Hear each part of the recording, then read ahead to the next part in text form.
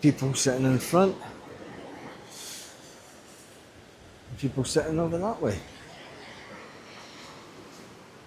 Sunday is all about family time here in Spain. And I thought I was going to head down the beach, but I knew I'd be busy. And I thought, I'm going to head down the beach and I'm going to see if I can get something to eat somewhere with a view. How wrong was I? Because the place that I wanted to go is absolutely mobbed and there's a queue to get in the door. There is a queue to get in the door, so there's not a chance there's going to be a table for one in here. But the beach, on the other hand, is absolutely mobbed. And I'm going to walk down the front because I'm not going to get food here. So anyway, purpose of this video, living in Spain is not always what you would expect. And there's a lot of things you need to think about. A lot of things that you really do need to think about. One of them is obviously where you're going to stay. Now, a lot of people want to stay beside the seaside. A lot of people want to stay beside the seaside and everything that brings. Being able to sit on the beach every day is wonderful. Being able to sit on the beach every day is maybe something that you want to do.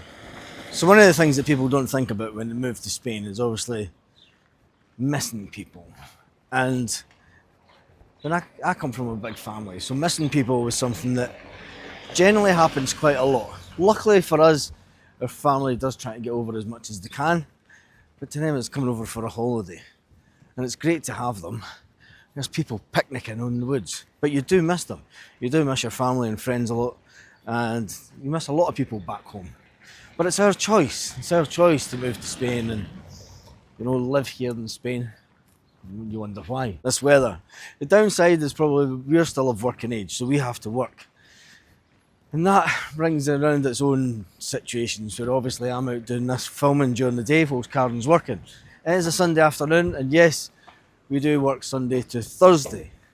But it's part of Karen's work. We do work Sunday to Thursday. I'm just going to take a walk down here. I would have thought the sea's a bit choppy for that today. Looks as if it's been sitting there for a while. I'll head down and see what this bit of the beach is like.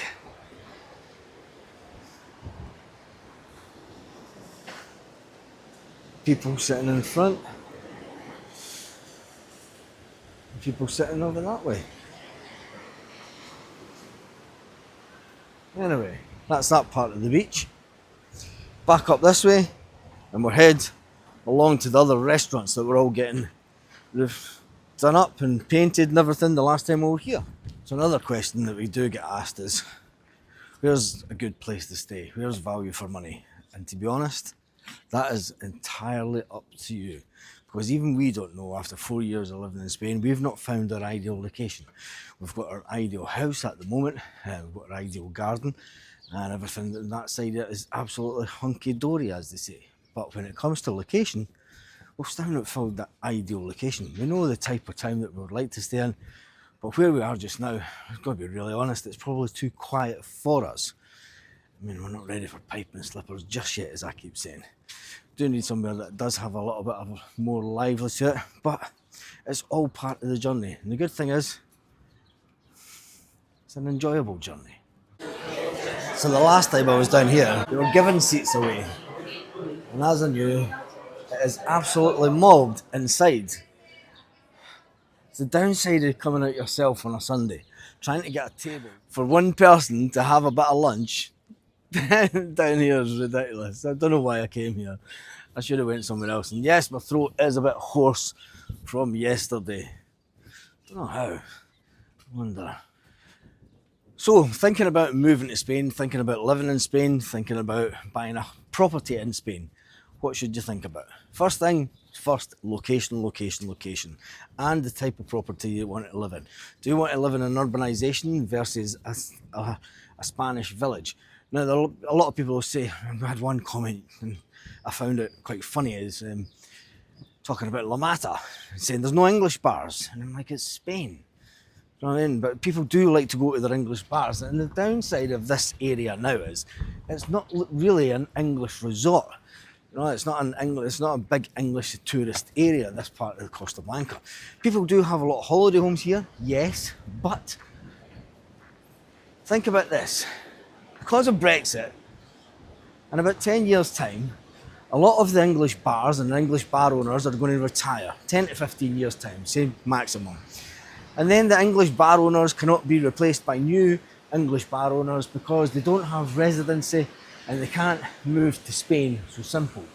It's a worrying time for British bars in Spain, if you ask me. But if it doesn't really bother you, this is a nice bit, isn't it?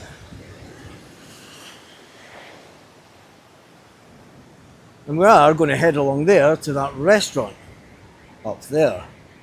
So even in the likes of Benidorm, people are saying look, these bars used to all be owned by English people.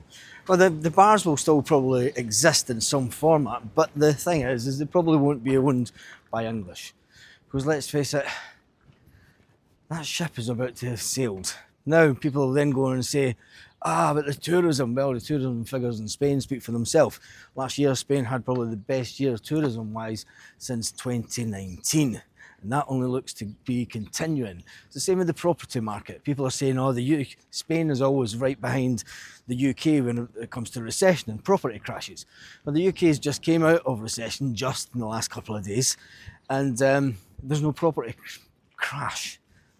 You know, prices in Spain are going up. People from all over Europe are coming to Spain now. Now I have one last hope for lunch. And going by the amount of cars here, I've not a hope in hell. Going by the amount of cars that are down here, I've not a hope in hell in getting some lunch down here. So I'm going to have to go back up inland. But if you're thinking about moving to Spain, or you have moved to Spain and you're thinking about different areas, drop us some questions in the video. And if there's an area that you would like us to go and do a video, drop that in.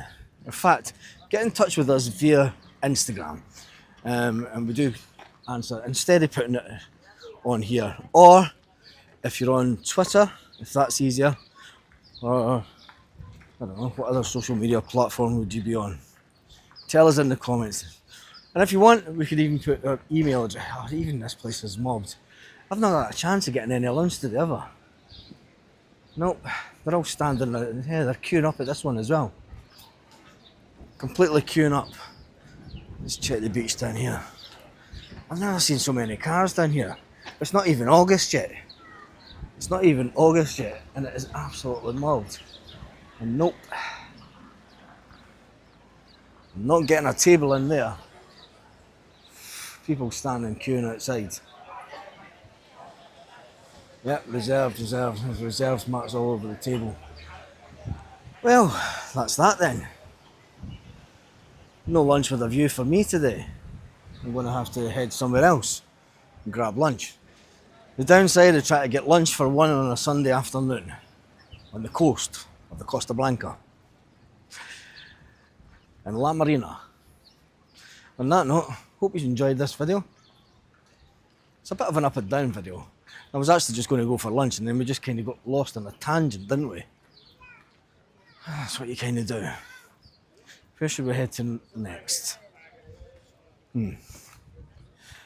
There's more and more people arriving down here to come for lunch. And I hope it's the ones that have booked tables, because they're not getting a table in that restaurant or any of the restaurants down here. Anyway, hasta luego.